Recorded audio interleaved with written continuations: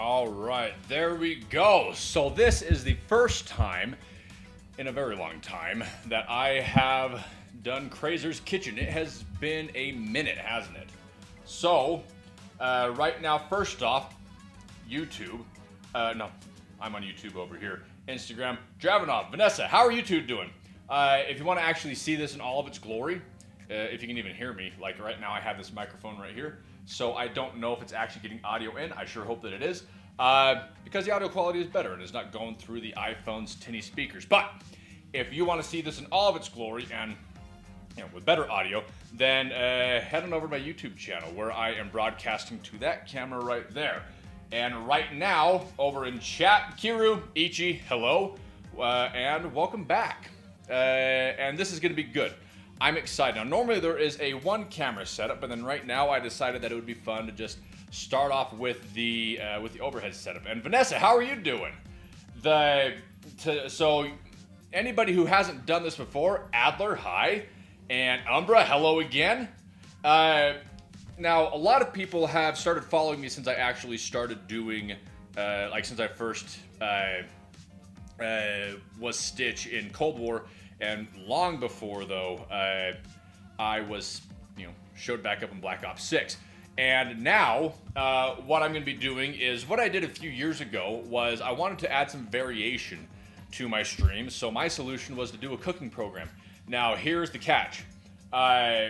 With the cooking is, I'm actually not an expert cook. That's one thing I want to be able to get out in front of. In fact, I wouldn't even consider myself to be a good cook, but this is the sort of thing where I am.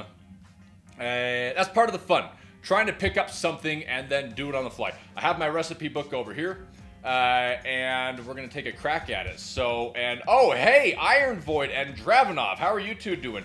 And Dravenov, I really appreciate it. So what I'm going to be doing, so just so everybody knows, what I'm cooking tonight is, I actually cooked it a few years ago when I did Kreyzer's Kitchen the first time, but I wanted to do it again because it tasted good. And I'm going to be doing the Fiesta Lime Chicken from Applebee's, because Applebee's is a place where I'm always speaking negatively. Not always, but many times when I speak about Applebee's, I am speaking not so favorably of it. And the reason why is because there are two things that I like from Applebee's. It is the Fiesta Lime Chicken and the Buffalo Kickers on the appetizers. They used to have the 2 for $20, but I haven't been back there long enough to be able to know whether or not they still have that. So, and you know what, Adler Maxing, I really appreciate that, because I really appreciate the irony of having your name be Adler, but then having Stitch be your favorite COD character. That means a lot to me, and so I appreciate that. That's a big thing to me. So what I'm going to be doing tonight is I'm going to be starting off with just I have everything arrayed out in front of me, but we're doing this on the fly right now. So this right here is a protein shake, by the way. I decided today was shoulder day at the gym, so.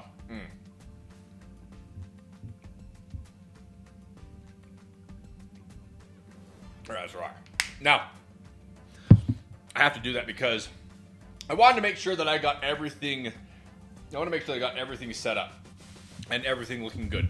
Like, for those of you who don't know, lighting and photography. That's been my primary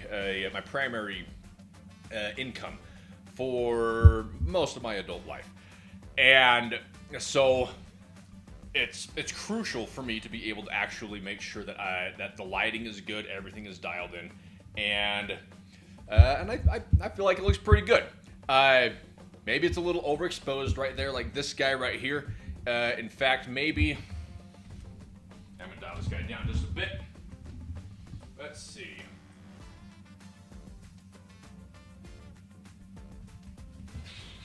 Hold it back. Then, there we go. I think that'll look better. Let's see. Much better. There we go. So, here's what we're gonna do. Now, if you guys want to be able to see what I've got going on over here, then again, YouTube, I have a top-down camera right here. That'll make it so that you can actually see what's going on. So, let's rock. So, first thing that I need to do is, see, I'm gonna move this right here. First thing that I need to do is I need to cut the chicken into 4 equal pieces. Separate everything out. And now that you've all seen what I've got going on here, I'm going to move it all over here. And it is, I'm just gonna pull from it as we go. All the stuff, no strategy to it whatsoever, no sense of organization. Oh yeah, absolutely, Dravenov. In fact, what I do at the end of every day is I try and do my DMs at the beginning, DMs at the end, but last week it was quite the busy week. So absolutely though. So, I'm gonna move everything over to here, and then, see, cheese, you go right here, a lot of refrigerated stuff. So, limes, by the way, you don't need to get a bottle of avocado oil this large. In fact, I don't even know how big of a difference avocado oil is gonna make. I think last time I actually ended up using canola oil. So, we'll see. So, but I wanted to follow the recipe as close to the letter as possible. In fact, I will be following it to the letter. So, there's your avocado oil. So, first things first, hand sanitizer. Because it is important to make sure that you're practicing good, hygiene, you're staying clean, and then you're just overall conducting yourself as a real chef would. If I were cooking for myself right now, I would make sure that I referred myself saying yes chef or no chef or please stop yelling at me chef. It's not raw. And that's another thing. Like, I would like to be able to do this so much that I could have Gordon Ramsay standing right here and yelling at me because it's raw. Even if it isn't raw, I want him to tell me it's raw. Like, I want to feel Gordon Ramsay's fury. I think that would be fantastic. So, geez, I need to work on my cable management for next time. So, here we go. So, chicken. First things first, cut it into 4 pieces. Now, this is just a simple chicken breast that I got from the store. And one thing that I never really did as much as I should is I never tenderized the meat. That's what this guy's for. Both my hands are gonna be covered in raw meat. So, and chicken, by the way. Oh, I'm gonna move this guy back right here, so I'm not like right next to the camera. There we go. Nope. There we go. Make sure I can also hear my music over here, and I want to make it so I'm not hearing that music. Monitor off. Bingo. All right. So, what you need to do first off is, according to the recipe, the first thing that you do, actually I think it's probably better if I stuck my recipe book right here. So, you guys can't see it, but I can see it. So, first thing that you want to do is you want to preheat the oven to 350 degrees. While it's doing that, I'm going to go about cutting the chicken into 4 equal pieces. So, let's take this guy right here, this guy right here, and there we go. Bam. And, okay, they did a pretty good job making us get this, and bam. Cool. So, 4 equal pieces, and then what you do is, in order to be able to make it work, in fact, I don't even think I need the knife anymore. Keeping it right here, just in case. So, in order to make it so that when you're whacking it with the meat tenderizer and you don't want raw chicken juices going everywhere, what you do is you can take a piece of saran wrap and just put it over top. So, and by the way, just so you guys know, I cleaned all the surfaces before I got started, just so you know. And Probably should have pulled this off before I got raw chicken all over my hands, but hey, you know what? I used my forearm. That is the... It's kind of like coughing into your elbow when you... Can I say the sickness now without getting shut down? COVID? Can I say COVID now without getting flagged? Because, you know, it's like with COVID, how you have to cough into your elbow. And that's what this is. Like, the elbow is a great place to be able to, like, or the elbow area, great place to be able to practice good hygiene. You know, unfortunately, though, if you were to cough into your elbow and then you were to use that to pin down the saran wrap, then you would end up contaminating it with COVID germs. So what I'm going to be doing is, Vampirizer. I'm making the Fiesta Lime Chicken from Applebee's. I'm not an Applebee's fan, but I am a fan of the Fiesta Lime Chicken and Buffalo Kickers. So, what you're going to do now is you are going to take out your frustration on the chicken. Kind of like channel your inner Swedish Chef, you know? And for those of you who don't know, Swedish Chef is one of the greatest characters in all of fiction. He is a world-class chef, up there with like Gordon Ramsay, Wolfgang Puck, and then you have Swedish Chef. And what I really wish is that I could just have the background music with the Swedish Chef stuff going on. There's like,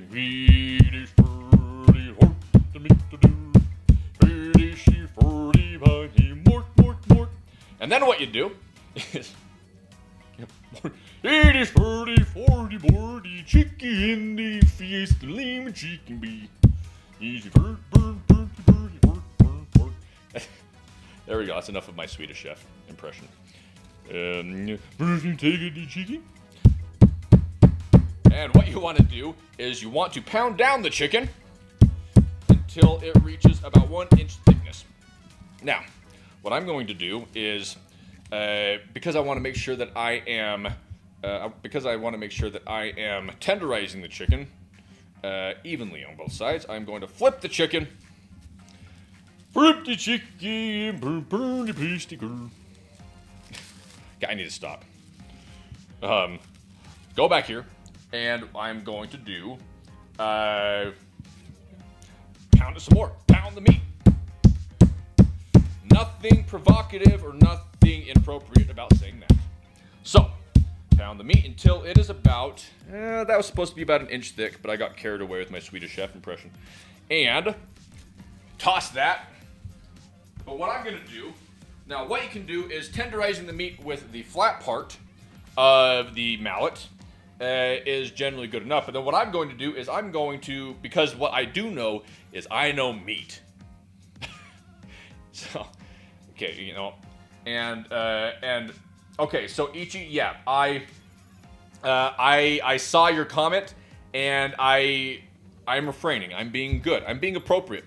So I'm going to continue to beat the chicken with the toothy side of the mallet to be able to open it up so that when I stick it into the marinade, it will it'll be able to permeate the meat better. And that is important because you want the flavor to go all over inside of the meat. You want it to be an explosion of flavor after you finish beating the meat. So, I think that is good. I need to be gentle, but what I'm going to do further, and this is also not in the instructions, but what I'm going to do is I'm going to take a fork. Great. Ugh. I said a word that ends in orc. Forky bork, mork. For those of you who don't know and just completely in the dark about why I am just making random noises like that, that is actually, again, that is Swedish Chef. Look him up. He is a Muppet, and he specializes in cooking and saying words that end with O-R-K or I guess O-R-C. Like fork, mork, bork. And he is he's a culinary artist. He is truly an awe-inspiring figure in modern fiction. He's also the poster boy for a '90s cereal that was called Cream Cheese Stars. And if you guys want to, oh man, I'm aging myself so much, and that's okay. That's okay. I'm fine with that. Crunchy Stars was a cereal. It was just stars. It was just baked corn-based stars, and the commercials were miraculous. In fact, if you want to, go look up the actual box art and read the box art. There's never been a breakfast cereal quite like Crunchy Stars. And it's just, rest in peace, Jim Henson. Now, I don't get on Instagram too much, which, some of you actually might know. I don't get on Instagram too much, and I don't know how many of you see Muppet-related posts go down your feed, but every once in a while, I get on, and I see a post related to Jim Henson. And I don't even know where I was going with that. It was a Jim Henson-related post because I'm talking about Swedish Chef. And, okay, so Jim Henson. So Jim Henson is the guy who was responsible for the box art. Like, his creative vision resulted in some of the craziest things that have ever been put onto a box of cereal. And I'd highly recommend going and taking a look. So, what I'm going to be doing now is I'm going to make a marinade. So, let's see what we have together. So, whisk together avocado oil, 2 tablespoons of lime juice, soy sauce, honey, taco seasoning, and Worcestershire sauce. By the way, Worcestershire sauce. This right here, nobody ever says this right. And actually, it's pretty straightforward. Worcestershire. Or you could just try and say it the way that a lot of people try and say it. Worcestershire. And just like start throwing in H's and ch sounds and just diphthongs all over the place. Like Worcestershire. Worcestershire. That's the one that I hear the most. Worcestershire. So it's Worcestershire, but now I'm going to call it Worcestershire sauce. And I'm going to see how many people can come into the stream and have no idea that I'm like people who do know how to pronounce it correctly. They'll just be like, "What are you doing? Why are you pronouncing it wrong?" And I'm just gonna be like, "What are you talking about? It's Worcestershire sauce." But just between all of us, it's Worcestershire. So you have Worcestershire, and so here's what you need for the marinade. First off, you have so you have avocado oil right here. By the way, this was $17. You could probably find it for cheaper and in a generic brand, but we're going name brand today, son. So we're gonna be doing the avocado oil, 2 tablespoons of lime juice. Oh, come on. Wait, I think I do have lime juice. I got the limes. Let's see. Unless I'm gonna be having to just like straight up. I might just have to straight up just squeeze my limes. Alrighty. So, that's what we're going to be doing. We're going to be squeezing some limes to make our lime juice. So, we have avocado. We have, or what do I do? Do I just garnish with the limes? I mean, let's see. Marinade to let the excessive marinade drip off. And I'm just going to squeeze the limes into this. So what I'm going to do, like you can usually put it in a sealed plastic bag, but I'm going to be using just a glass dish. So push this forward, bam.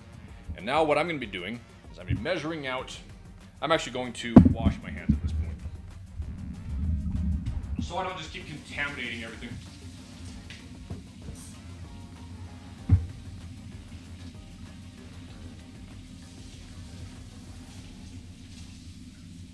So, wash the hands, get the raw chicken off. There was this one thing, I don't know how serious it was, but there was this, I saw a story one time, a news story, where somebody said that, I think it's in Japan, that they had, chicken sushi, and I don't know if that's actually true, because that would actually be insane. Just so you guys know, that would be legitimately insane, because raw chicken is like the most like food poisony foods if it is raw. So don't eat raw chicken, everybody. If there's one thing that you take away from today, don't eat raw chicken. So, first thing, what you do. So, whisk together avocado oil. How much avocado oil? 2 tablespoons. So, let's get together some 2 tablespoons of avocado oil from this fresh bottle of avocado oil that I purchased from the store just before the stream. Because I realized that I don't have avocado oil. Because it's like you find out that there's new oils every day. Like there is vegetable oil, canola oil, olive oil, and then you start going into like grapeseed oil. And I know that a lot of them, I know that a lot of the different oils have different boiling points, but we're not dealing with that today. Just focus on the fact that it's avocado oil. I actually haven't even read, just so you guys know, I haven't even read the entire recipe through yet. It has been 3 years since I have made Fiesta lime chicken.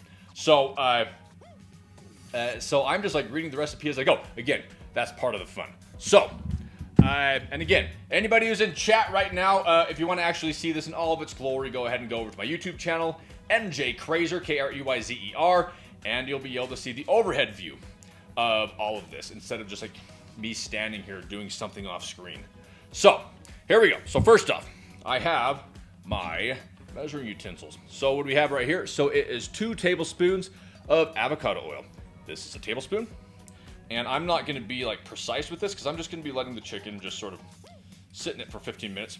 And once I get the chicken marinating, then, in fact, I'm going to turn the oven off right now. Once I get the chicken marinating, I am going to be, we'll do a little bit of chatting. So, waiting for it to be in the marinade long enough. So, 2 tablespoons of avocado oil. Now, if anybody amongst us knows how to actually be able to get oil out of an avocado, then please share with us. I have no idea. So, we have 2 tablespoons of avocado oil, 2.5 tablespoons of lime juice. So I'm going to do the limes last because I actually don't have lime juice, but I do have limes. So I'm just going to straight up squeeze those into the marinade. Hopefully it'll be enough. So, was it 2 tablespoons? Oh man, there's no way I'm going to be able to get enough out of that. Oh well, we'll get close. The marinade is important, but I'll be able to tell you how important the lime juice is here in a little bit. So, we're going to skip over that for right now. What do we have right now? We have 2 tablespoons of avocado oil, lime juice, 1 tablespoon of soy sauce, and there is a alternative. I just have Kick-A-Man, or Kick-A-Man. Kick-A-Man while he's down. Oh, man. I'm also a bit calorie deprived right now, in case none of you, in case you guys didn't realize. So, 1 tablespoon soy sauce. Okay, let's rock. And then we have 1 tablespoon of honey. And I have 2 bottles of honey, but I grabbed this one. It says clover honey. I have no idea if it is, how important it is for it to be like regular honey or maybe clover honey. But I've also heard that there are health benefits to honey. Again, I don't know if that also applies to clover honey or if they are, or if clover honey is just like a proprietary honey blend from Kroger. So, we'll see. Again, part of the fun of all this is discovering just how important some of the steps are that you didn't follow to the letter. So, empty that out. We've got the honey done. Next up, we have got 2 tablespoons of taco seasoning. And guess what, guys? I'm just going to straight up dump the entire packet. Throw caution into the wind. I'm using Old El Paso taco seasoning, original. And the reason why I'm using original is because I cannot speak to how spicy it gets. Now again, I like spice, but the problem with a lot of spice is that if my rule on spice is if I taste the spice more than I taste the food, then it's too much spice, and I think that was probably too much. But, oh wow, live and let learn. So, I'm going to get another fork, blend this baby up, and then we'll see just, oh man, this is going to make like a mud. Maybe. Oh, that's just like the honey. So, what else do we have? 1 to 2 doses of taco seasoning, 1 teaspoon of Worcestershire sauce, and so this is a teaspoon. But I feel like I'm gonna have to. Actually probably cheat it a bit. I'll probably end up adding a little bit more. Probably adding a little bit more liquid to this using vinegar. Because one thing I do know is that if you want to be able to make a marinade a little bit more fluid, then you cannot go wrong with vinegar. And I am absolutely going to have to make this more fluid. So I'm just going to do a little bit more soy sauce. Okay. And hopefully, because I'm not going to be marinating as long, it's not going to matter as much if I add a little bit more flavor to it in the form of more Worcestershire sauce. And Sheepdog, how you doing? In case you didn't know, this isn't just an Instagram thing. I am actually over on YouTube right now. And there is an overhead angle where you can see it right here. You can watch me mixing up this marinade that I've got going right here, which I've already messed up, by the way. One thing that's really good is that you guys are going to be able to experience this vicariously through me. You're going to be able to, I'm going to be able to be the person who tests everything out, and you're going to be able to see just how important following some of these letters are, or some of these instructions are. I already messed up because I didn't have as much lime juice as I should have, but stay. Okay, so now what I'm going to do is I am going to take this guy, and then use the claw hand. Cool. Lime, second lime, and lime. Hey, how you doing? Just making some Fiesta lime chicken. So, check this out. Got the limes. So, what I was supposed to do is I was supposed to have actually like a bottle of lime juice. And I think the limes were used for garnish. So, unfortunately, all I have is just the limes, no lime juice. And it's Fiesta lime chicken. If I don't have, there we go. I'm just straight up squeezing this thing. If I don't have like legitimate lime juice in my Fiesta lime chicken, then it's just gonna be Fiesta chicken, and we don't want Fiesta chicken. We want Fiesta lime chicken. So, squeeze it. There's not gonna be nearly enough lime juice, I don't think. But we're gonna get as far as we can. And I am squeezing this lime like a Neanderthal. It's like I've just discovered fire. Me, MJ, make Fiesta lime chicken. So. Oh man, see, and this is why you also want to sanitize your hands, because this is just like going all over the place. Like, I am just open-handing this lime. Let's see here, there we go. There's the second half. Third half. But I'm really excited to eat this because I'm starving. Because part of the fun of this is at the very end, it is being able to eat it and have everybody watch me eat it.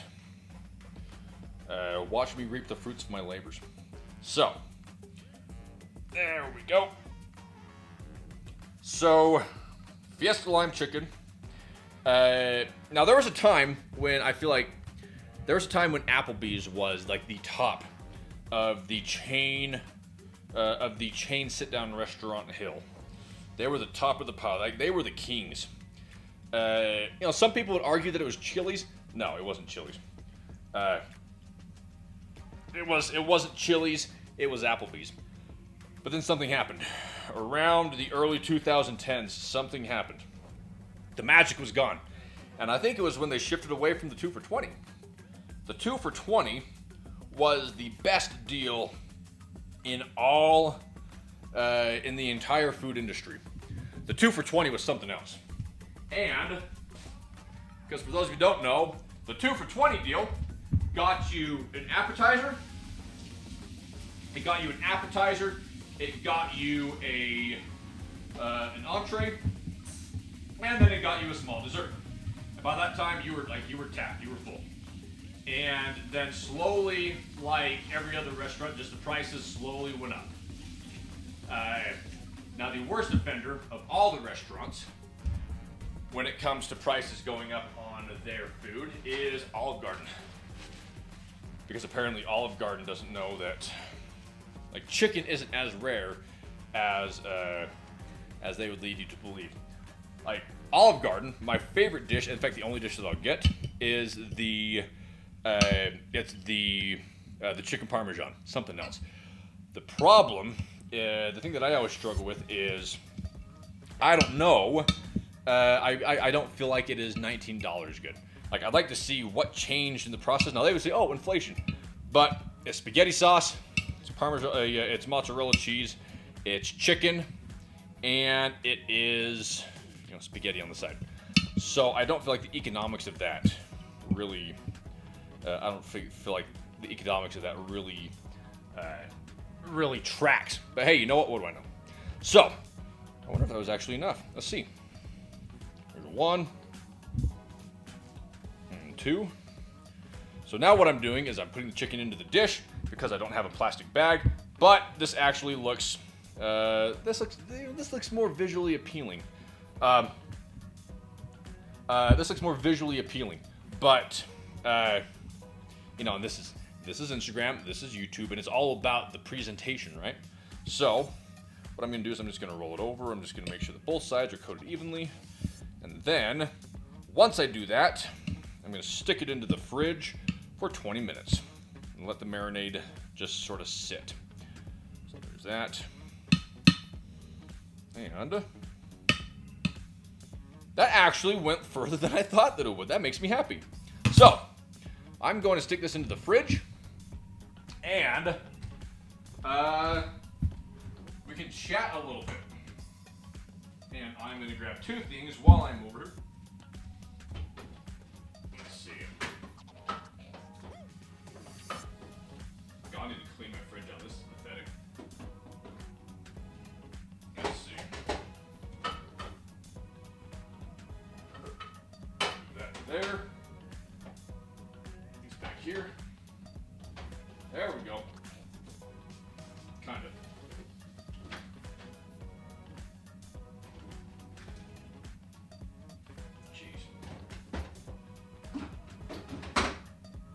I'm so happy that you guys are over there, not over here.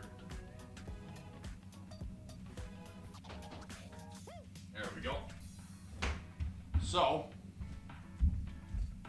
we're gonna go over to here, and now that this is done, I think that's done. So, I'm gonna take this, I'm gonna just stick it over in the sink. So, get the raw chicken out of here. Get the raw chicken out of here so that we do not cross-contaminate. And then I am going to pour myself some eggnog into this Coke mug, this collector's Coke mug that I got from a yard sale. There we go. By the way, Strawbango. Ghost Energy, if you're listening, make more Strawbango. Okay. So, first off, while we're over here, I think it's now that we talk about, maybe we go back to, just so you guys know, one of the original ideas behind all of this was making it so that I could take a break from like the usual streams where it was just me sitting down playing video games. And again, I love video games, but I also like to experience a broad variety of things. And part of that is like cooking. I enjoy cooking. I'm not good at it, but it's very satisfying to be able to take a bunch of random stuff and then make something. So, So let's see what's going on. Oh, by the way, anybody who might have played, to be relevant, anybody who has played Black Ops 6 or 7, I'm sorry, played Black Ops 7. How is it? I'm saying 6. So many Black Ops.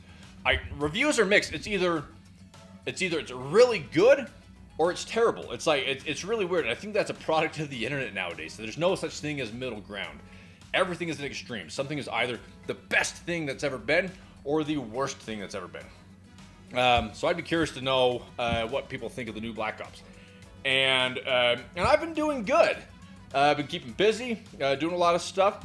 Got into Call of Duty, and now I'm making chicken and sipping eggnog out of a glass stein. So let's see what we got over here. So I'll just pop that open.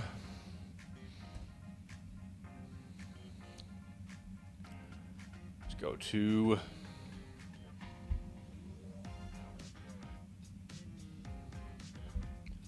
log in.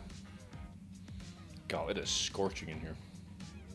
I think what I'm going to do, I'm going to I have a screen door right here. I'm going to pop it open for just a second because it is toasty. Hopefully my Scotties don't lose it. So, let's see here.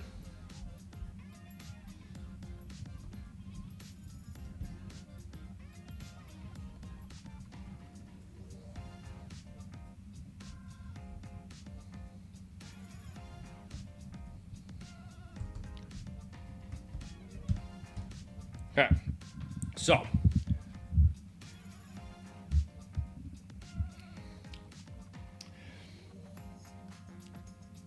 let's see here. So, so what we have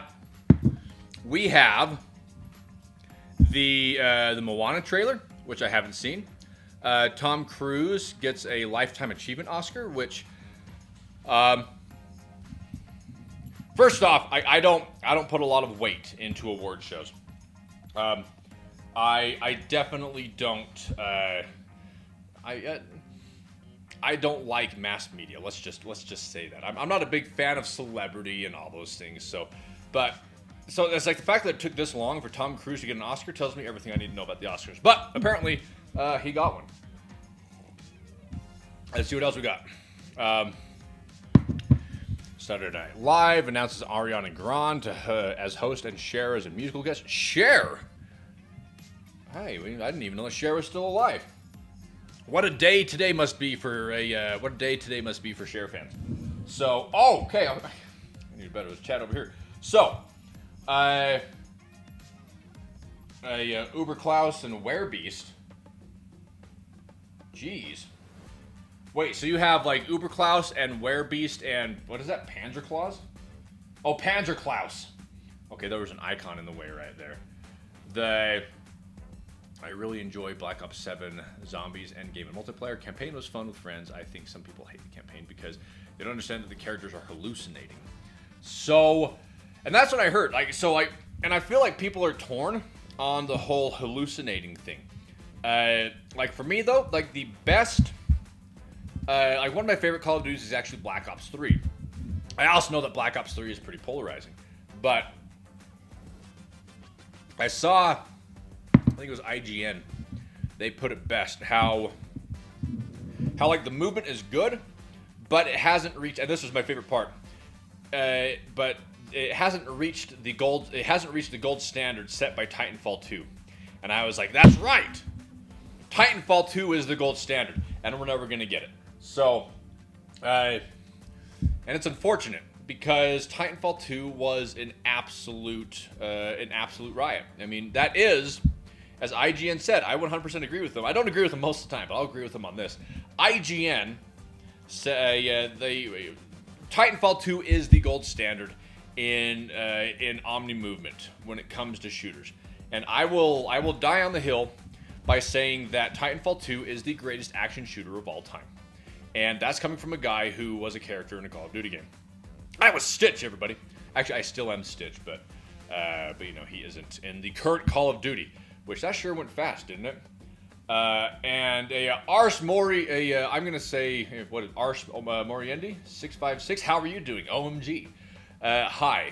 Right now I'm making Fiesta lime chicken, and right now it's in the fridge, marinating, and I'm gonna pull it out, and then I'm going to throw it into the oven for X amount of time. And now I probably better close the door because there is a parade of children coming by in the neighborhood. And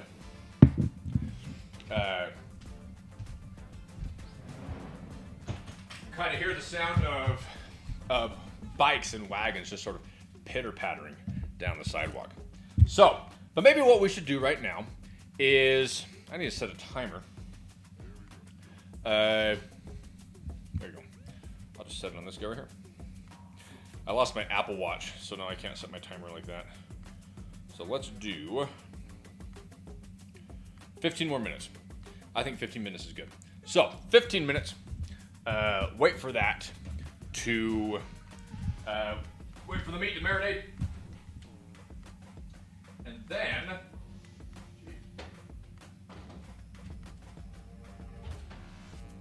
oh, that's another thing I need.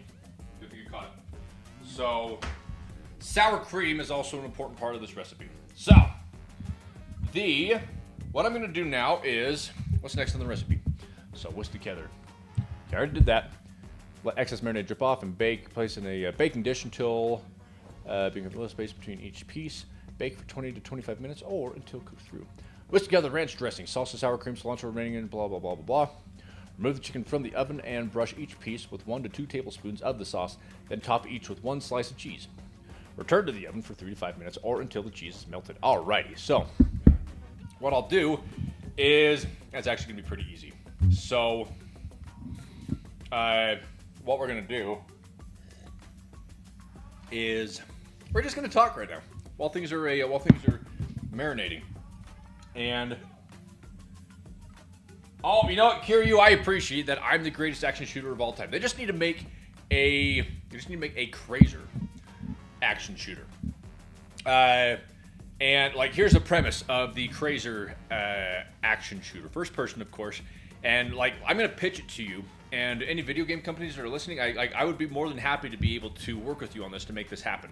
So so here's my idea for an awesome action shooter, and let's see if you like it, and we'll call it Kreyzer.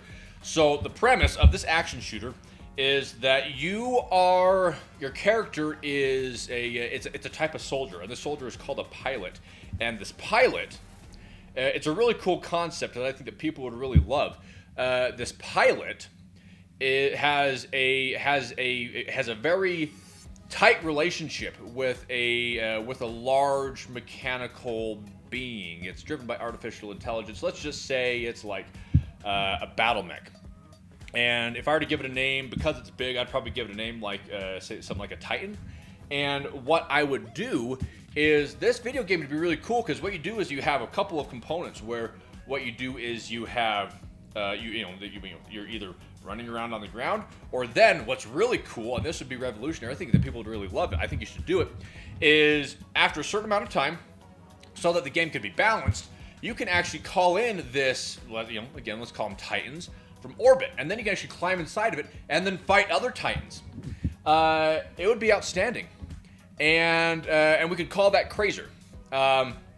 And I would really enjoy that game. So anybody who's listening who might be in the video game industry who has the sort of pull that you could get me in front of a studio or in front of a like Activision, or actually not Activision, I don't think they'd be up for, I guess, Electronic Arts. Get me in front of them, I'll sell it to them. Because like, I think it'd be really cool to be able to actually just load up into a battle mech. Again, we'd call them Titans. Load up into a battle mech and then just be able to like fight a ground war. Maybe jump out of it. Maybe you can just you can run around on its own, but kind of be like a companion for you. There'd be wall running and grappling hooks and cloaking, and it would be a great video game. So, and by the way, just in case my straight-faced sarcasm has just gone completely unnoticed, I just described Titanfall. So, and again, my love for Titanfall cannot be overstated. So, here's what we're going to do. So we have 11 minutes left. Drink of eggnog. And to welcome Iron Void. And a Ars Moriendi. How is Battlefield 6? I haven't been able to play it yet because I got rid of Xbox Game Pass, and I'm enjoying Fortnite again.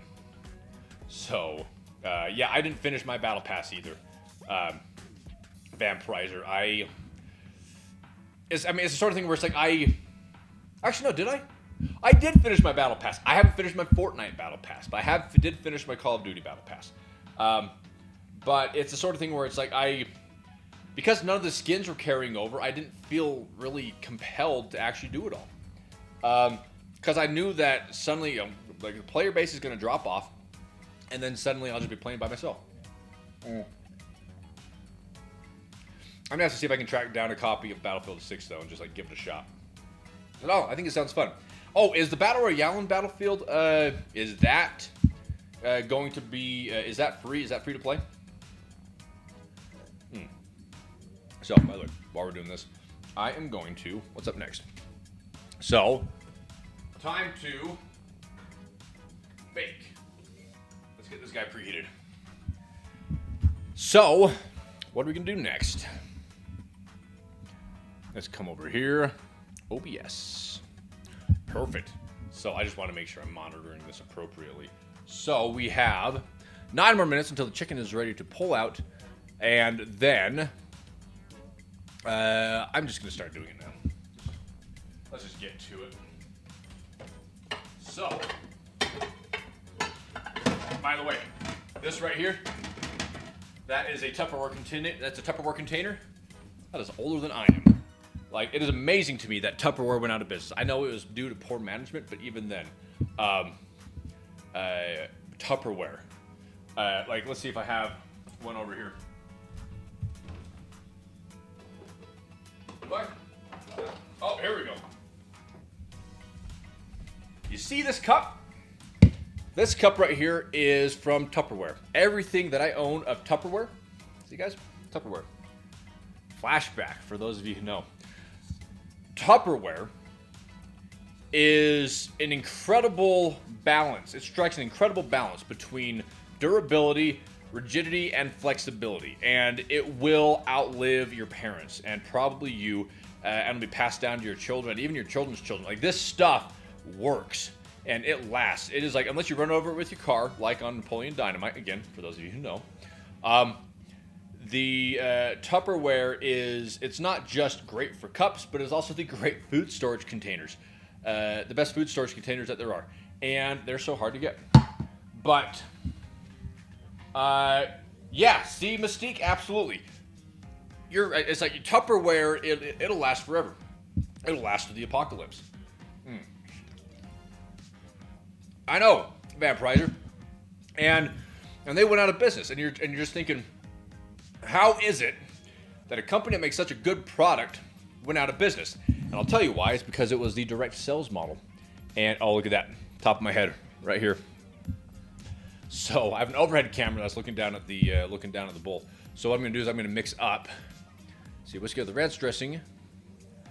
Let's see here. So 4 slices of Colby Jack cheese, 1/4 cup of ranch dressing, 1/4 cup of mild salsa. So I'm gonna do this.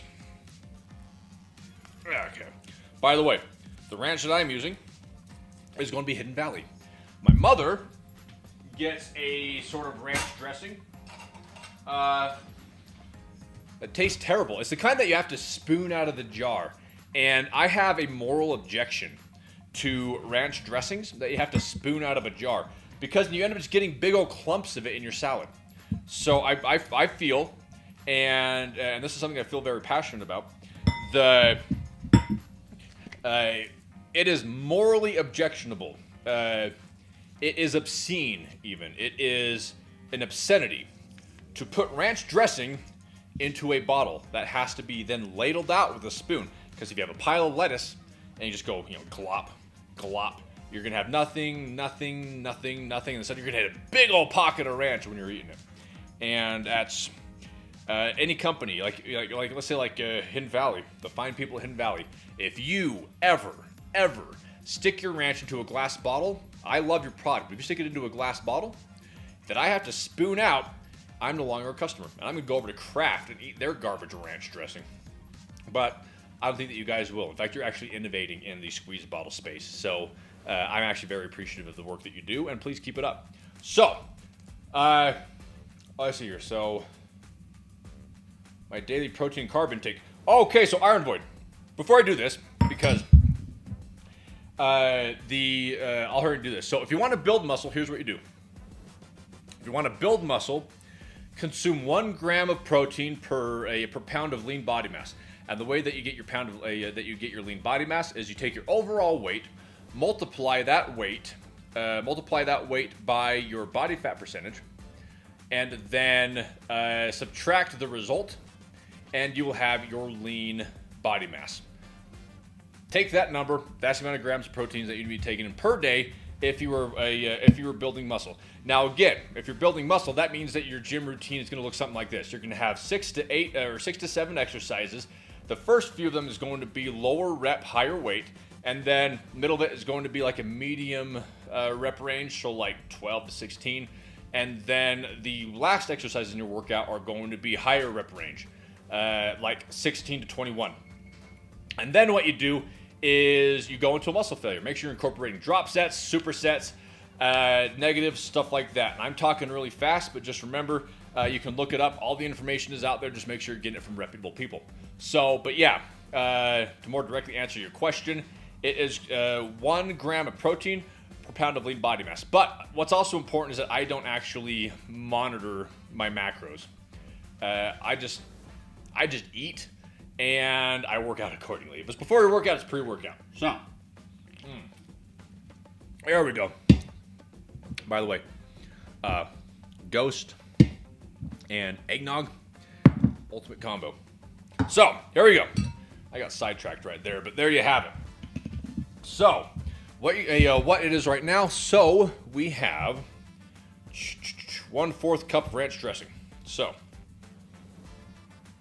and I'm going to have to, I feel like I would need more, but I've learned my lesson when it comes to not following the recipe. So, 1/4 cup of ranch dressing. I need to get a rubber spatula. Make sure that everything is getting into the bowl. And there we go.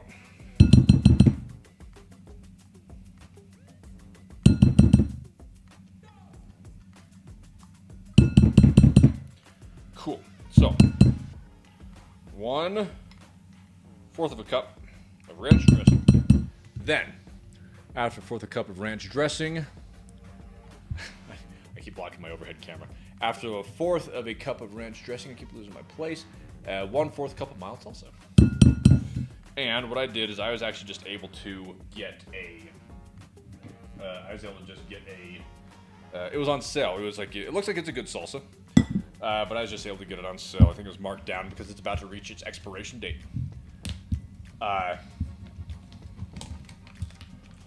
What?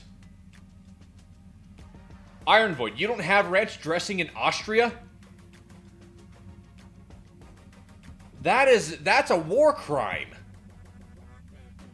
That is nuts. That is inappropriate. Okay, everybody. So if you're watching on YouTube, I just want to hurry and relay. There are a couple of cosplayers. You have Iron Void and you have Vampirizer. They are fantastic at what they do. But I'll get sidetracked if I talk about that too much. They just informed me. They're from Austria, by the way. They just informed me that they don't have ranch dressing in Austria. See, and this is the reason why we fought World War II. We fought World War II so stuff like this wouldn't have to happen. I mean, it's like the Nazis steamrolled Europe, and I would think that one of the first things that we would do when we sailed across the ocean, landed in Normandy, and then helped take Europe back. The one thing that we should have done, that we should have double checked on, is to make sure that ranch dressing is available for everybody over there. Because if globalization is making it so that kids in Africa have to work in diamond mines and sweatshops and mining lithium with their bare hands and no respiratory protection, I would think that we should be able to get ranch dressing over in Austria. So, No, I'm streaming to both at once. That's kind of like the fun of this. I'm streaming to both at once because it's more fun this way. Because like let's say you don't want to sit down and watch YouTube, or let's say if you're over on YouTube and you don't want to sit down and watch Instagram. I mean, it's a nice little balance. But again, if you're over on the Instagram, then if you go over to my YouTube channel, you'll be able to see the overhead view. Because right now I am mixing the sauce that is going to be going on the top of my Fiesta lime chicken. So, but I also have to be careful because I have salsa. There we go. That actually seems respectable. Look at that. With the lid on, it actually looked like it was a bit. There we go. Look at that. That is not a bad store-bought salsa. See? YouTube. Look at that. Not bad. Oh, look at that. Okay, stop. So, we can take the chicken out here in just a minute. But first, what I'm going to do is I'm just going to spoon this into the cup. Because again, I've learned my lesson when it comes to taking liberties and not following numbers and measurements. So, what do we have? We have 1/4 cup mild salsa. This is 1. And is that it? 1 more for good measure. Now, one thing that you can do, which I'm not doing, one thing that you can do is you can make your own pico de gallo, which I'm not doing tonight. Normally I would. Wait, and you don't have beef jerky? See, yeah. No ranch dressing and no beef jerky. This is absurd. See, I mean, this is like the World War II never truly ended, did it? No ranch dressing, no beef jerky. If you can't get those two things after a world war, then I don't even know what the purpose of fighting the world war in the first place was. So, okay, you have it, but it's terrible. Okay, see, and I understand that. I lived in Chile a while back, and in high school, I lived in Chile, and Santiago, Chile, to be exact, and they had some things down there, but I remember the milk didn't really taste as great as I would have liked. I loved Chile, don't get me wrong, but the milk is something that really needed some work. I drink like a gallon of milk a day, so milk is important to me. So what do we have right here? We have 2 tablespoons of sour cream. Okay, that's next. So salsa's out of the way. 2 tablespoons of sour cream, and I already tossed my tablespoons into the sink. So, I have to ballpark this. There we go. So there goes that. So 2 tablespoons of sour cream. There we go. This right here, I am gonna have to ballpark. So. Does that look about right? How about you? Hey guys, does this look? There you go. Does this look like 2 tablespoons to you? I don't know. I'm going with it. And with sour cream, my approach is less is more, but I am going to do a little bit more because I feel like that didn't look like 2 tablespoons to me. So stick that right there. Sour cream done. So. And now we have, let's see here, ranch dressing, sour cream, 1 tablespoon of finely chopped cilantro. Here we go. You know what, Dravno, I actually think that would be fun. One thing I do want to do is, I want to do, like, there's a few things I want to do, like, dressed up as Stitch. I'm always afraid of overdoing it, dressing up as Stitch, because I don't want people to get tired of it, or, you know, feel like I'm like, it's like, okay, he's like, guy, you know, MJ, you know, Stitch is gone, get over it. I was like, but I need to milk it. Nobody knew who I was before Stitch. I need to do everything that I can. I need to like show up to birthday parties. I need to show up to weddings dressed up as Stitch. What I think I want to do though is I want to read some. I want to read some like children's books, but specially written children's books. And of course, this would be stealing the idea from Family Guy, because Family Guy did it, where except for she was Belarusian, and it was like, "Good night, Chernobyl moon. Good night, green milk." No, it's "Good night, glowing milk. Good night, nobody. Good night, streets and streets and streets of nobody." And then she goes on to the next book. "Everybody poops blood." And I feel like I should do something like that. Scare little kids with the bicep. Now, that looks terrible on that wide-angle lens. See, maybe if I back up a bit. Let's see. Flex. Oh, there we go. Look at that. That's catching the light.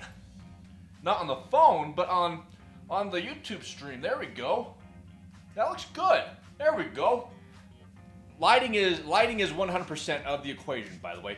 Just so you guys know. Lighting is everything. And if you have good lighting, you can have good muscles. That's the rule. So, now we've got this guy mixed up. I'm going to head over and get some cilantro. And I don't think it's going to be a ton of cilantro. I don't want to overdo it. How much cilantro? 1 tablespoon. Yep. Again with the tablespoon.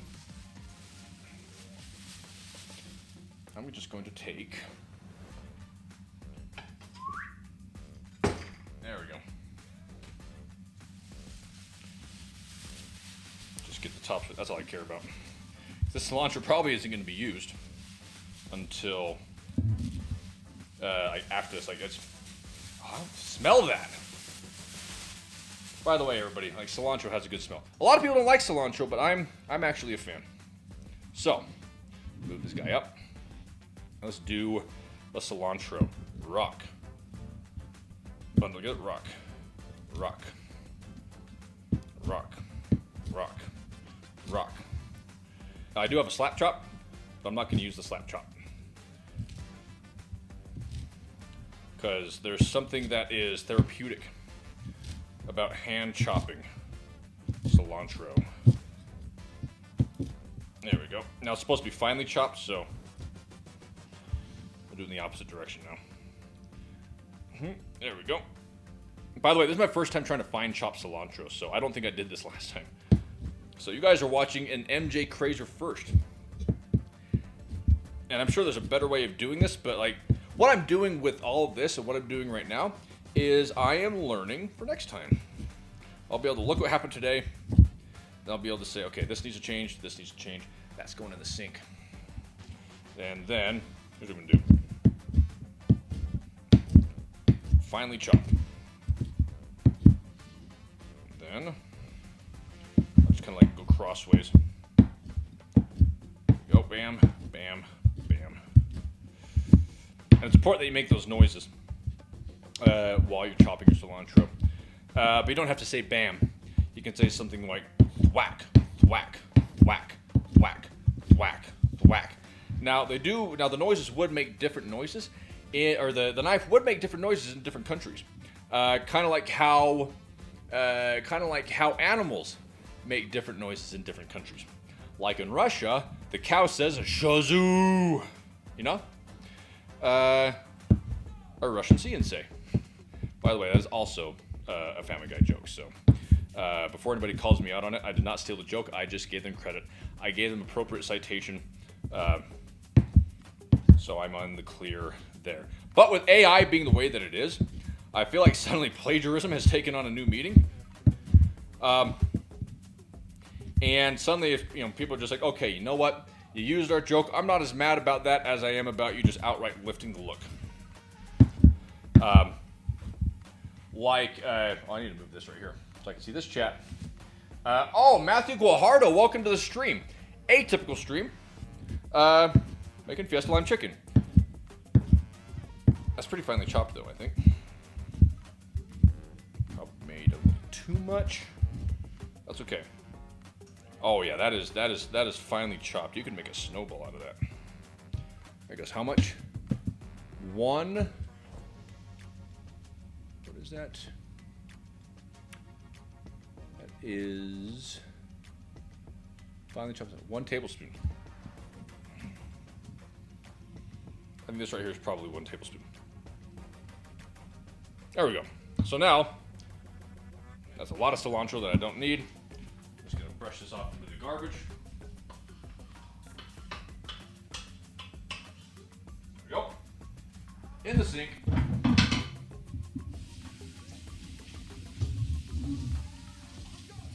And then,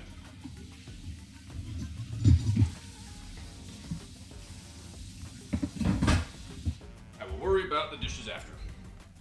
So, now I'll come over here, get this stirred up. Now we do not know yet how close I was to a tablespoon. I've never eyeballed a tablespoon before. See, look at this. This is going to be the creamy dressing that goes on top of the chicken. So, once we get that mixed up, whiskey of the ranch dressing, salsa, sour cream. Oh, yeah, I already got the sour cream. Sour cream, cilantro, the remaining 4th tablespoon of lime juice, and oh, okay, that's where we messed up. I don't have lime juice for this one. That's all right. So, remaining 4th lime juice, and then tablespoon of salt in a medium bowl. There we go. And this one, I'm not gonna measure this one. I'm just straight up gonna. There we go. Good enough. When doing those small quantities, I feel like a little bit more isn't gonna hurt. So, mix it up really well. Then, whisk together, and fantastic. So now, once the chicken is marinated, let excess marinade drip off and place into a 13 by 9 inch baking dish. Being careful to leave a little space between each piece. Bake for 20 to 25 minutes. So, there we go. So, baking dish. Is this 13 by 9? Pretty close. Maybe I both Tupperware. Okay. So I haven't used the avocado oil yet. Let's see. Wait, no, I have. So, I guess what I'm gonna do is, I feel like I need to brush it with something. Iron Void. So Mountain Standard Time. Right now it's 5:30. There we go. Chicken.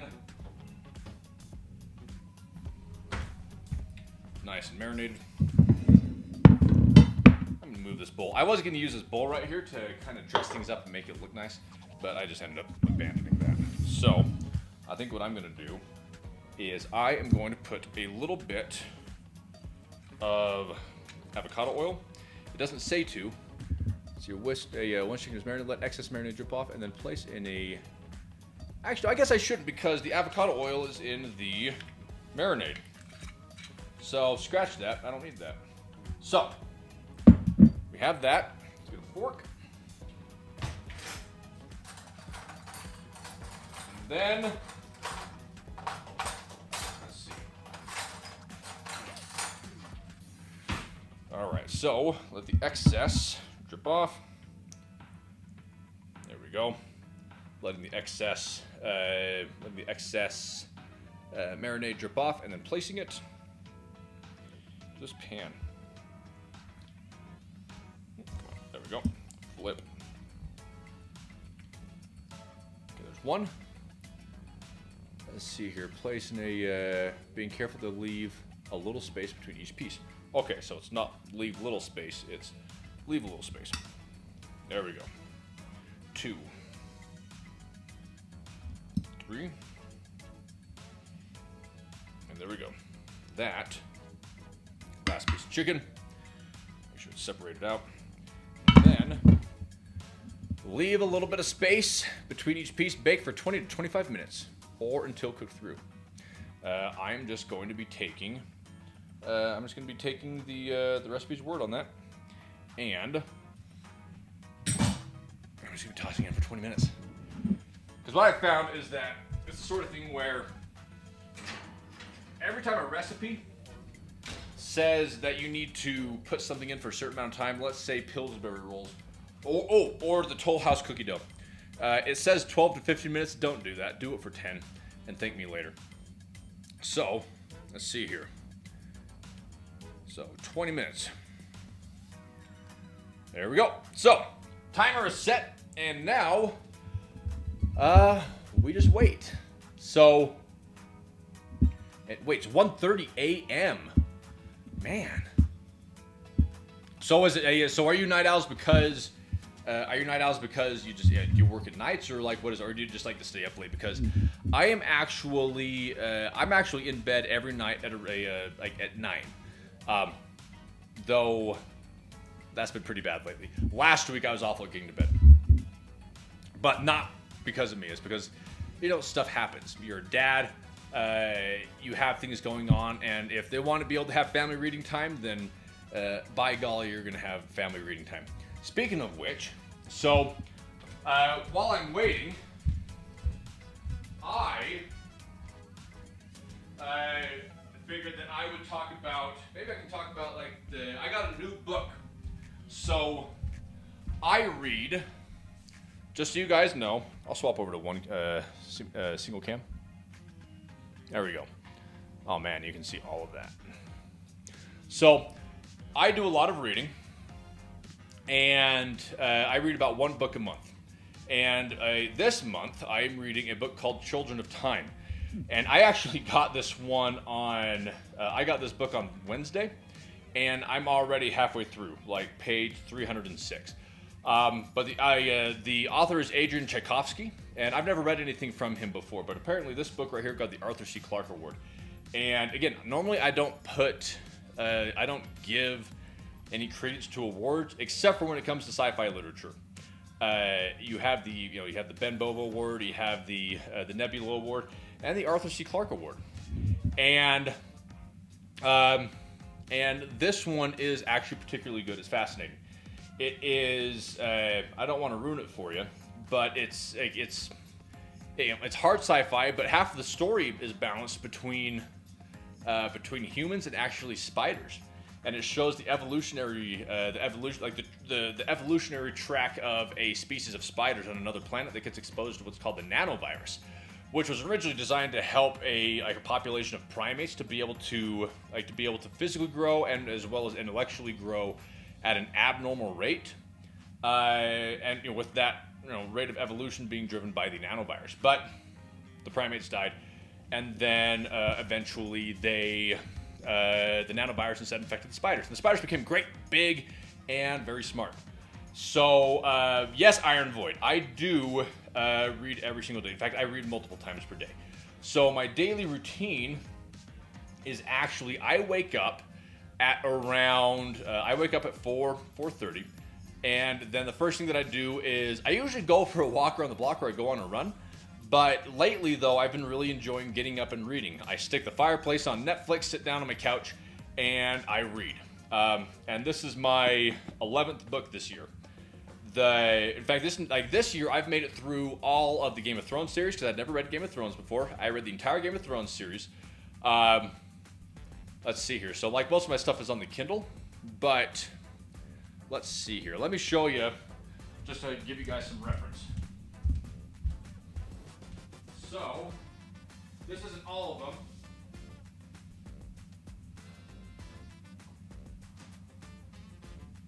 But these books right here, these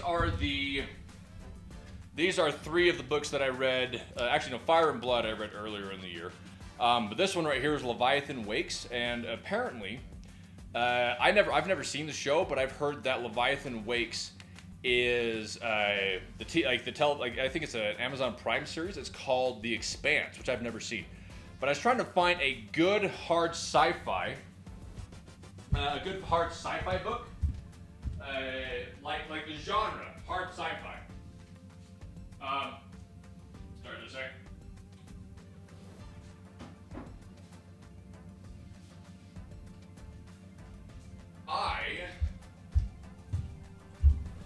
I was trying to find a book that was hard sci-fi.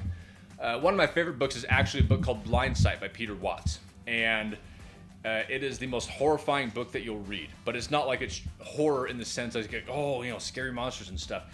After you read the book Blind Sight, which is one of my favorite books of all time, it's scary because it makes you look at consciousness in a different way. It makes you actually take a step back and reflect on your own existence, like questioning, like is what you're seeing in front of you, is what you're touching, feeling, just overall, just everything across your sensorium, is that actually an experience that is taking place?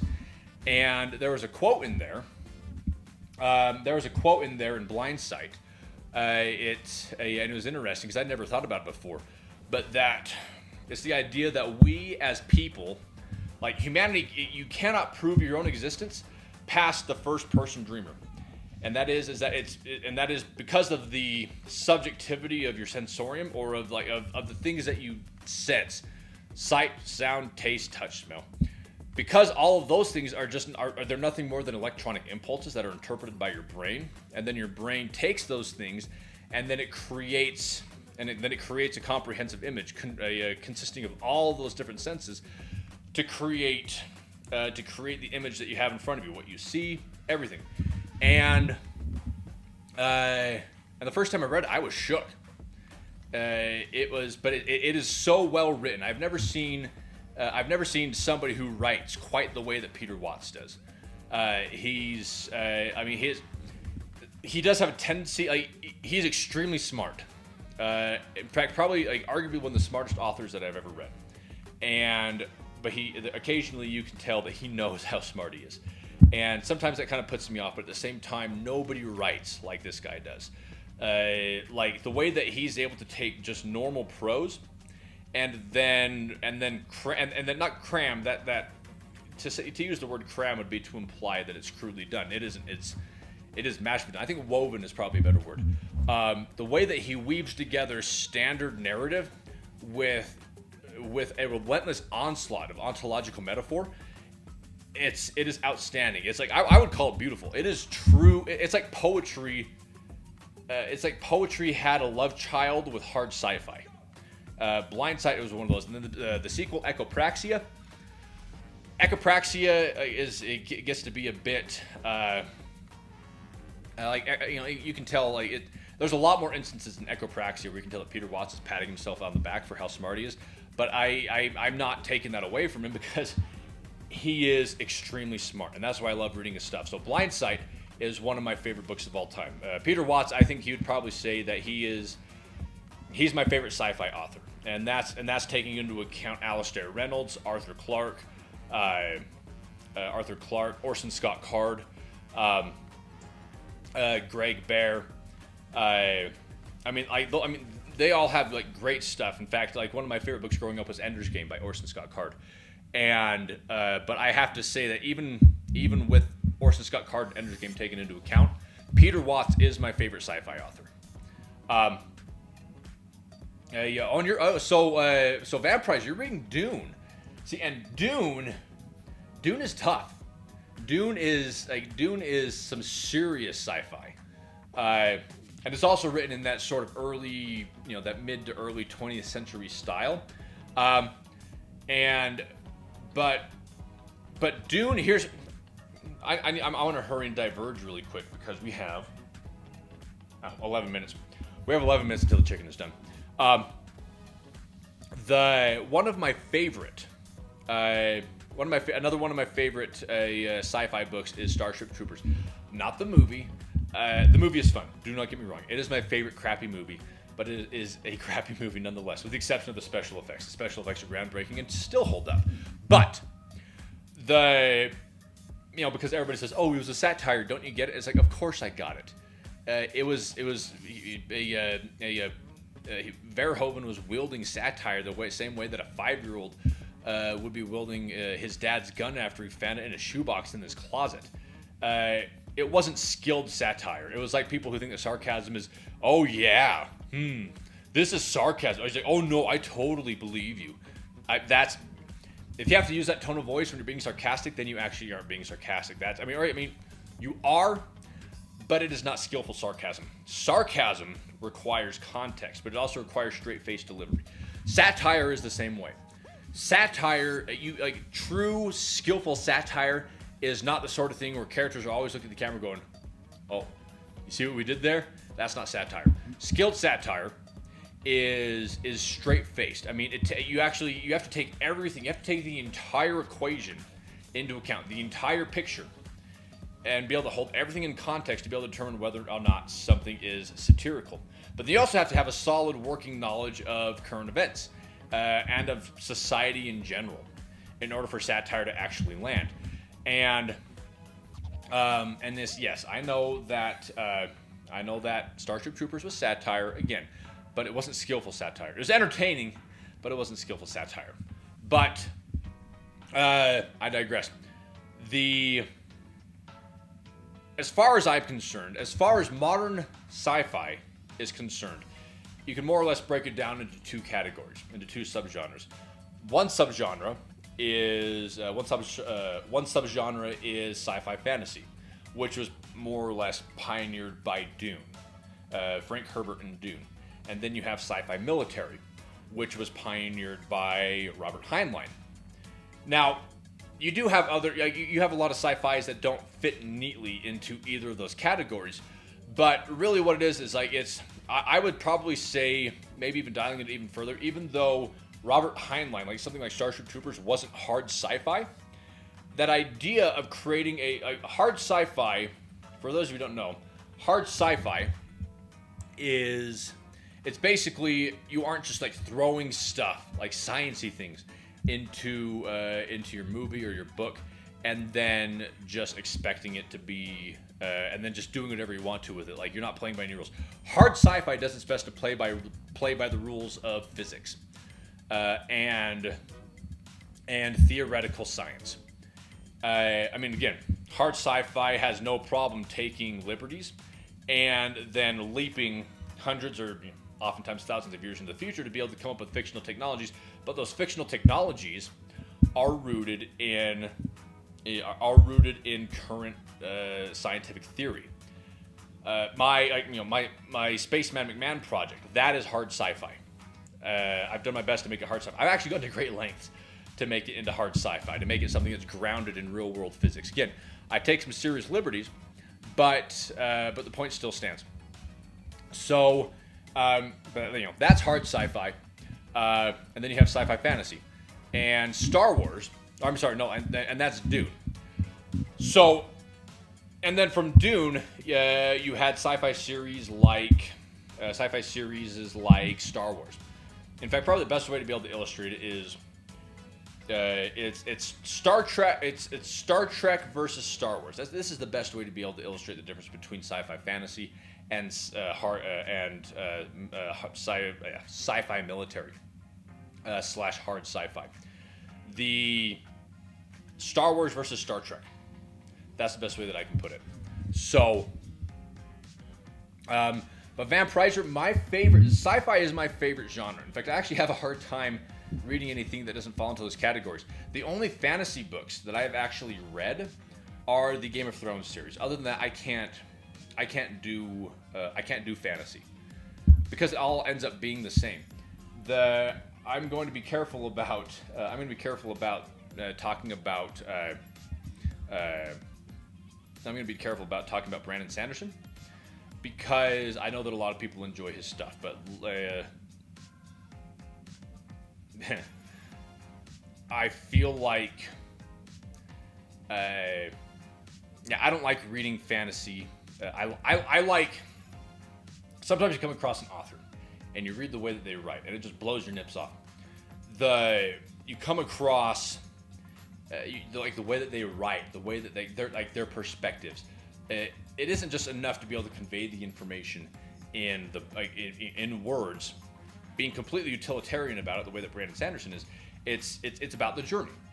That's one of my favorite things that George R. R. Martin has said, is that if you want to know the story, just read the Spark Notes. If you want to go on a journey, then you read the book. And that is my perspective on it. The Brandon Sanderson books just, It is it's the sentence structure, very simple. It just conveys information in a very direct, in a very simple way. But like, reading something like by Peter Watts or Adrian Tchaikovsky or George R. R. Martin, the words are written in such a way that it's actually entertaining just to read them. Not even just like ideas and concepts notwithstanding, it's entertaining on its face to just read the words that they've written. That's how well they flow. That's how unique they feel. It is just fun. It's just engaging to read the words themselves. And I believe that good, solid writing, I believe that is the difference between good and great. Good, it's capable of telling a sound story, a good story, but a great story that requires nuanced, and that requires very calculated, very well chosen words, sentence structure, all those things. It's like everything matters. In my opinion, everything does matter when it comes to writing a story like that. Read Game of Thrones and then read something by Brandon Sanderson, and you'll know what I'm talking about. Like George R. R. Martin, as far as fantasy is concerned, it's poetry. It is 2.5 million words of medieval fantasy poetry. I could not recommend Game of Thrones enough. But this year, I have read, I'm on my 12th book right now. The books that I have read up until this point, so the entire Game of Thrones series, Game of Thrones, Storm of Sword, Clash of Kings, actually no, it's Game of Thrones, Clash of Kings, Storm of Swords, Feast for Crows, Dance of Dragons. And I went on a Game of Thrones kick for a bit because I really enjoyed it. I didn't even know it existed, that the books were that good. Then after that, it was The Night of the Seven Kingdoms, and that's just all of the Dunk and Egg novellas put together. Then it's Fire and Blood, 7.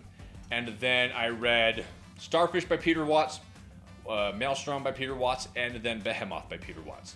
And then I read At the Mountains of Madness by H.P. Lovecraft, though At the Mountains of Madness was... I like the concept, but I'm not a big fan of H.P. Lovecraft's writing.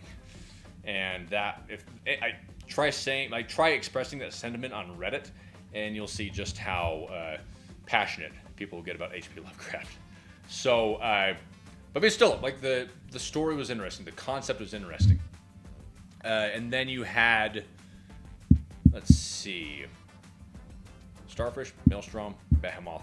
And then I read Blindside again. So I have read a lot of books this year. But now I've actually backed into an entirely new series. So Children of Time is what it's called, by Adrian Tchaikovsky. I believe that has a sequel to it, or that has another book that follows it. And then like the Expanse series, I think that the first one is Leviathan Wakes. There's an entire series following that. Now each book is only like 550 to 600 pages, but still, there's ballpark of like 10 to 12. So that's a lot of books. That's a lot of reading. So I have my work cut out for me, but I'll be able to go back to all that. I'll be able to have my monthly book chosen for me for the next little bit. So how much time do we have left? We have 1 minute 52 seconds left on the chicken. So I'll just hurry and stick this right over here. Clear that up.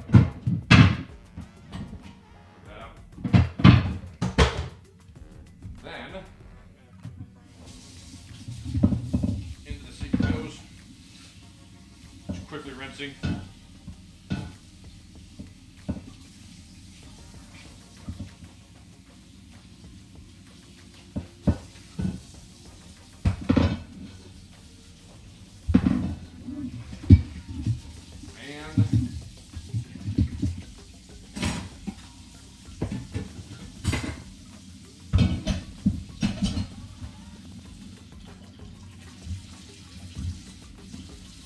Again, I'm paranoid of food poisoning.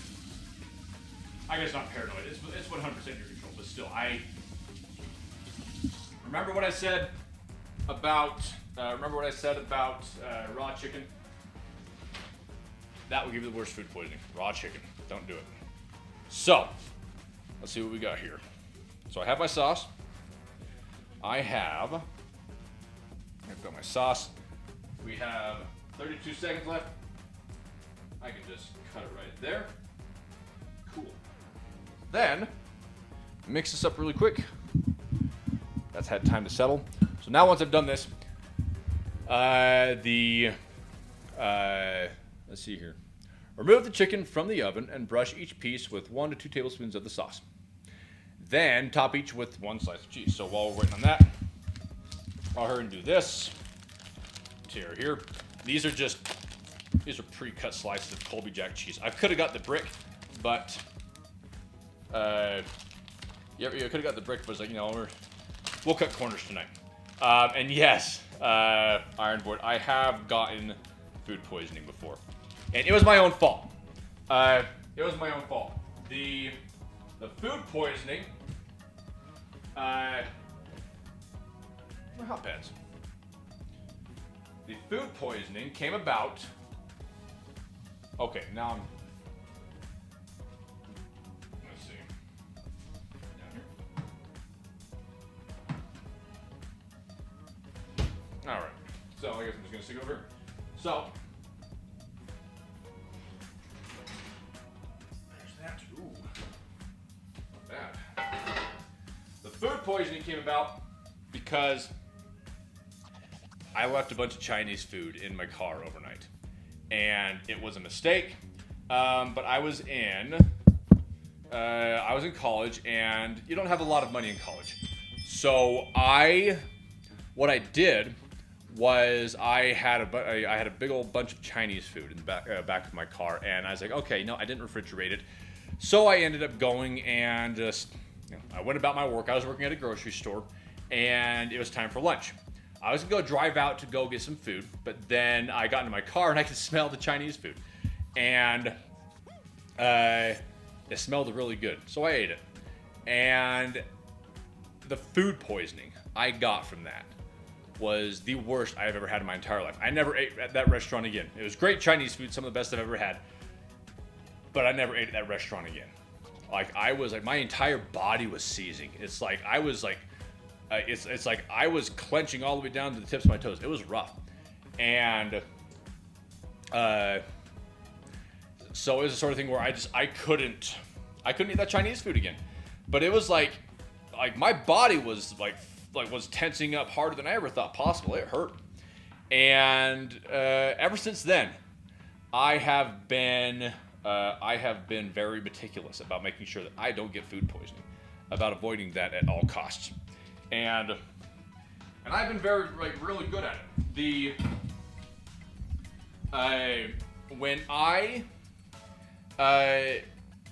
After I ate the food, it became pretty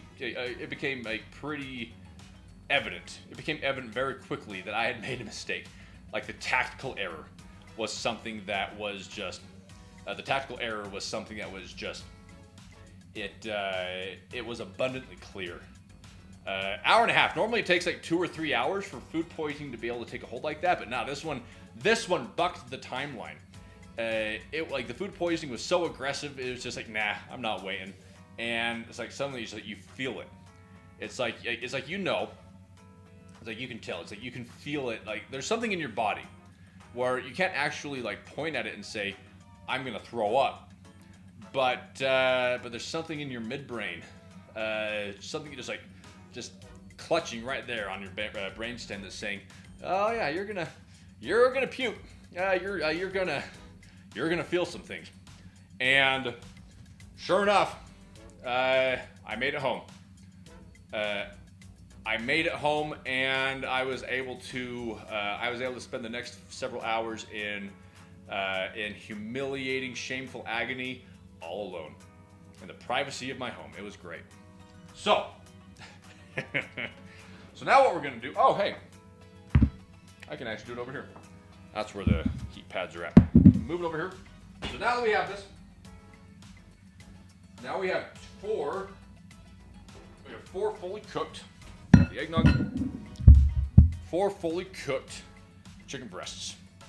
So, Iron Matt, welcome to the stream. If you want to be able to see what's going on, then you can head over to my YouTube, because we have a nice top-down view of the chicken that I'm cooking. I'm doing Fiesta lime chicken. So, right here we have the chicken. And now I'm going to spoon some of it. I'm going to use a bigger spoon than that. Now I'm going to lovingly spoon some of this. Some of our nice, there we go, look at that. Some of our nice Fiesta lime ranch sauce on top of it. So a spoonful here, there, and just gonna use this rubber brush right here. Then sort of brush it over, brush, and I'm just gonna go work between all four of them, so I can make sure that everything gets coverage.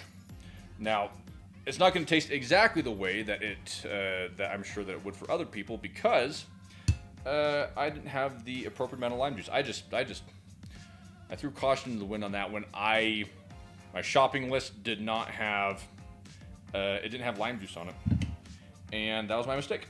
So, but I'm not going to make the mistake next time. But at the very least, I think it'll be edible, right? So, let's see here. So a little bit here. One more, and then, now what I don't know is, I don't know how thick this is supposed to be, but, yeah, Irish Shadow, I really appreciate it, thank you. I'm really happy with how it's turning out, actually. It's turning out better than it did last time. Like, last time I made the pico and everything, so I did go the full 9 yards, the last time I made this, but I don't think that worked out this well. This looks a lot better than it did last time. So, and in case you're wondering, this is Fiesta Lime Chicken. And, Nick, that's what I should do next time. Like, dress up a stitch, and just do a potato-based recipe. But literally, just take, like, one potato and try and do something with it. Cooking with Stitch. The main ingredient, in this meal that we are preparing tonight is misery, is sadness. It is the pain of the Cold War. That is going to be important for the flavor. So Dravenov, this is the first time. Actually, yeah, this is the first time I've actually done this stream since the tail end of 2021. So at this point, it has been about 4 years since I last did this. But this is going to be a regular thing now. I actually like streaming down here in my kitchen more than I like streaming up in front of my computer in front of my consoles because I don't know, it's more fun out here. It's open. The air is fresh, and yeah, the air is fresh, and it is it's open. I have windows everywhere, and I prefer this. So I'm going to be streaming down from here more often than... In fact, it's going to be a regular thing. So, there is the bowl, brush. So let's see. Stitch's Kitchen to make gulag food. We're going to... Let's see here. Do I have a... Okay, my Stitch mask is upstairs. Welcome. Oh, here we go. We'll try and do it really. Welcome to Cooking with Stitch, and today we're going to make a phenomenal, absolutely divine toilet wine. Now, this toilet wine is the best. Now, this toilet wine is the best toilet wine that you will ever have in your entire life. I promise you. What you do is you have to. It's difficult. It's difficult to be able to get grape inside of gulag. So what you have to do is you have to have somebody smuggle bunches and bunches of grapes into the gulag in the bottom of their shoe. And now the nice thing about this is that the grapes are already smashed by the time that they get to you. And that's what we could do. Toilet wine. That'll be the first episode of a Cooking with Stitch. How to make toilet wine. Gulag wine. The way that you get the nice deep red flavor is by taking blood of enemy and mixing it into wine. I'm going to stop myself because the jokes will get progressively worse by the time we keep going. So, 1 slice of cheese. And 2 slices of cheese. 3 slices of cheese. And there you go. Are you ready? Ready? Counting with the count. 4 slices of cheese. So there we go. That's a Sesame Street reference, by the way. I don't know if kids still watch that. So, Slightly Bella, how are you doing? Yes. This is Colby Jack cheese, by the way. Generic. So, Colby and Monterey Jack cheeses. I don't know who Colby is, and I don't know who Jack is, but they do make one fantastic cheese. So, the Count MJ. Okay, so because you brought up, Mystique, because you brought up, you brought up the count, because I was doing the count in voice and the counting, of course. I know I started that, but you brought up the count himself. If you guys want to see something fantastic, then when we're done here, type up the Sesame Street, the count censored, and you can thank me later. This is old school YouTube, by the way. This video that I'm thinking about. This is back in like the medieval times of YouTube, when it was the Wild West. Back in the days of like Unforgivable and Charlie the Unicorn. I mean, those were the days. So, I'm gonna set the timer real quick. For how long do I do this one? Let's see here. 3 to 5 minutes, or until the cheese is melted. So I'm just gonna check in 3 minutes. So, timers. Take down to 3. There we go. So, 3 minutes. There we go. So this is good. Maybe mix some Russian words with English. I've actually, Dragonov, it's funny that you, Dragonov, it's funny that you've actually mentioned, I'm going to actually be trying, I've been actually like working on learning Russian. Because, you know, I'm just going to say it because, I mean, who knows if there's something going to become of it. Ever since they announced the Call of Duty movie, that they're going to be doing it, and there's also going to be television shows and stuff, I'm thinking there's a lot of Stitch story to be told. And I'm not going to be letting that lie. I'm going to fight for that one to get made.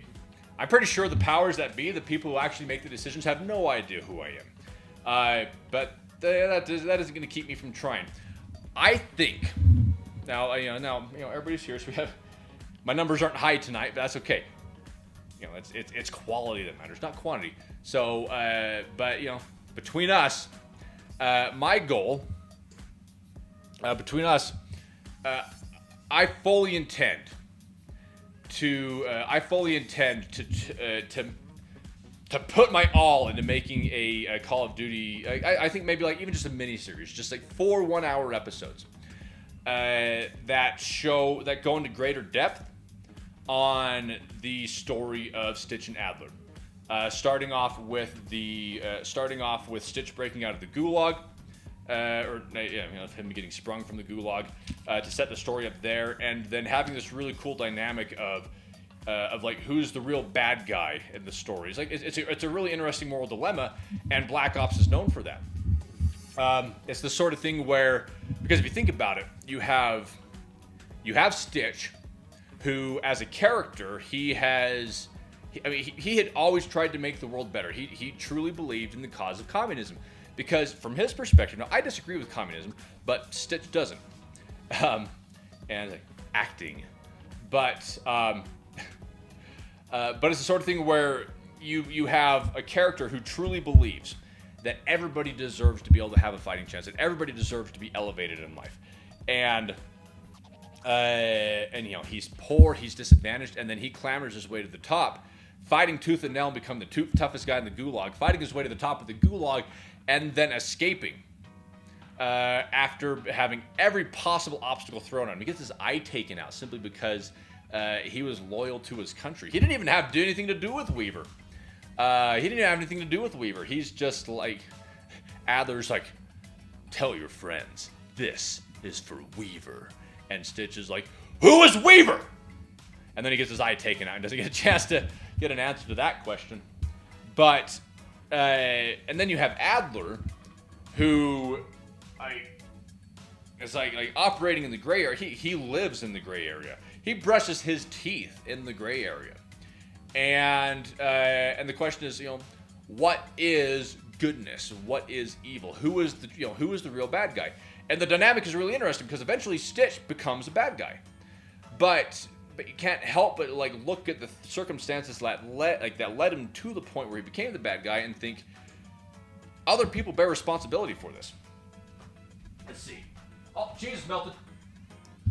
And that is the most important part. Checking to see if actually a little bit longer. I'm gonna leave it a little bit longer because I want the cheese to be melted all the way. So, but yeah. So, long story short, I feel like Stitch's story needs to be a movie. It could be incredible, have a very unique style to a very unique feel, and the only way I could. Oh, and by the way, it would be subtitled. Most of Stitch's dialogue would be subtitled, and his dialogue would be delivered in Russian. I posted a video. In fact, after this, if you want to see how my Russian sounds, there is one of my YouTube shorts. I actually spoke in Russian. I had to read it off of a paper when I was doing the VO, but I still spoke. Those are still my words. If you want to see how my Russian sounds, then hop on over to that after this, and you can take a peek. Yeah. So, is that good? Almost. Actually, no, I think that's good enough. It'll continue to melt. So, stick that right here. And over here at Kitchen 2Cam. Look at that. There we go. Oven off. And that, everybody, is the Fiesta Lime Chicken. So, normally I would eat this on the stream, but I'm not going to eat this on the stream, and let me tell you why. Because sitting around and watching somebody eat isn't the best. It isn't the best television, or I don't know, stream. But you know what? I had this stuff up here, so let's do it. I'm gonna hurry, and I'm not gonna eat it, but I am going to dish it up. So, right here, move this. There we go. Dish. 2 dishes, actually.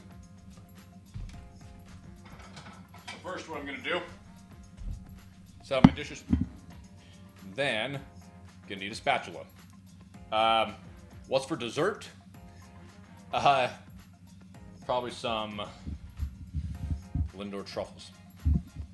Lindor truffles, by the way. Here we go. Spatula.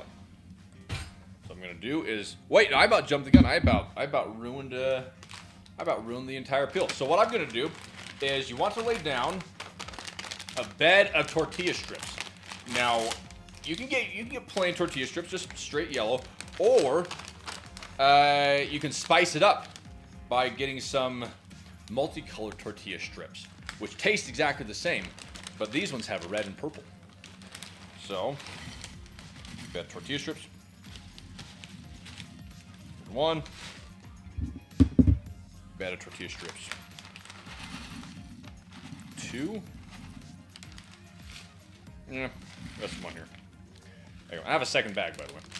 So, number 2, and then corral it. And then take this guy. The ones that are a little bit thicker, I'm going to keep those in the pan just so that the heat can cook them a little bit longer. And ooh, there we go. 1. And then this guy right here. Picking up a lot of that marinade. There we go. And 2. There we go. And then, even though it's something that even though parsley is the thing that you should be generally garnishing with, I don't have parsley. So I am just going to, I'm going to cheat because you guys can't see. So, take cilantro. Ooh. Oh, MJ, you're so fancy. Oh, there you go. Great. Oh, man. Look at that. You see that? Green is a complementary color of red, just so you guys know. Look at this color palette. This is incredible. I am proud of myself. Did you see that? I added green to the top of it. Something to be proud of. And thank you so much, Kreyzer. I really appreciate it. And a Iron Void, I haven't had a Twinkie in a long time, so I feel like it's something I'm gonna have to try. So, everybody, that is actually, now that we have this is the Fiesta Lime Chicken from Applebee's. Now, I'm sure it is not going to taste exactly the way that it tastes at Applebee's, but that's okay, because it'll be mine. It'll be MJ's Fiesta Lime Chicken. So, because since I'm not Mexican, I'd have to give it an American name. So, Party Lime Chicken, that's what I'm going to call it. It's going to be tasting different, so I'm going to call it Party Lime Chicken. And I'm going to let you guys know how it is. So, but everybody, I have to say, there we go. Stream Deck worked that time. I have to say, everybody, this was surprisingly enjoyable.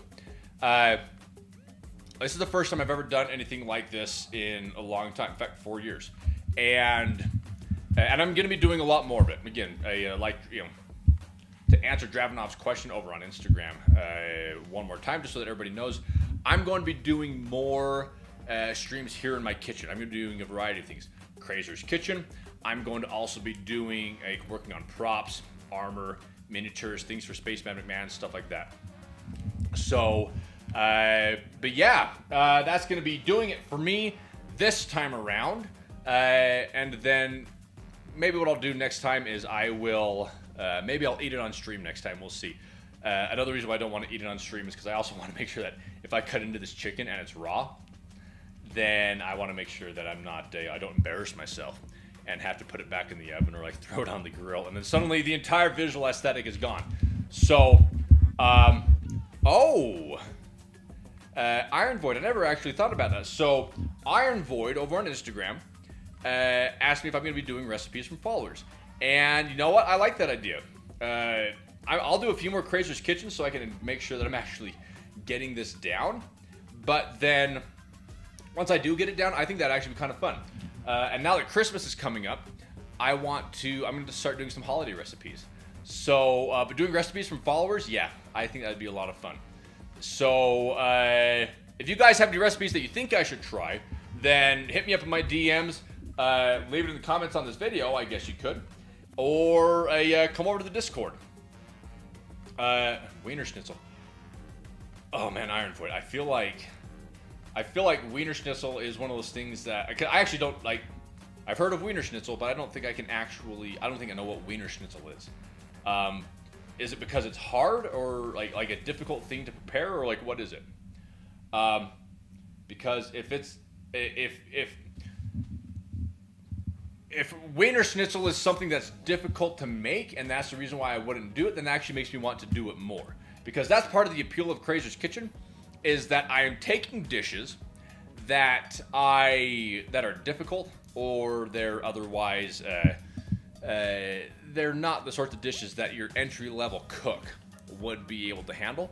Those are the dishes that I want.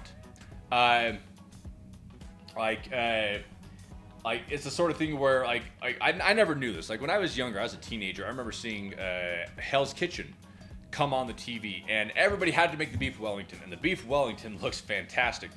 But as I got older and information became more readily available, my understanding is that the beef Wellington is one of the most difficult things to prepare, and I have no idea why.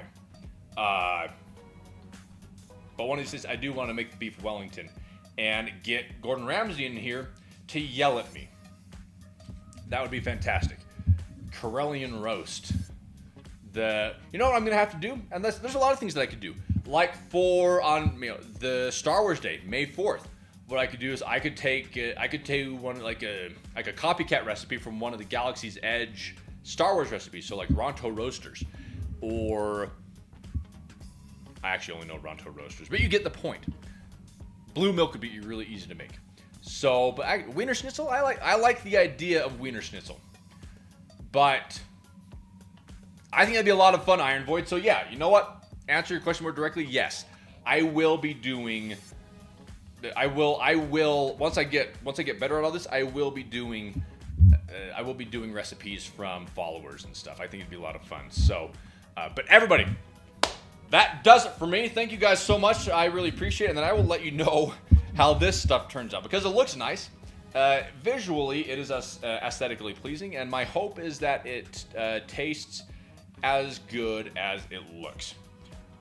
Because if it doesn't taste as good as it looks, I don't want you guys to see me like in the most undignified way spitting out raw chicken onto the countertop. I don't believe it's raw.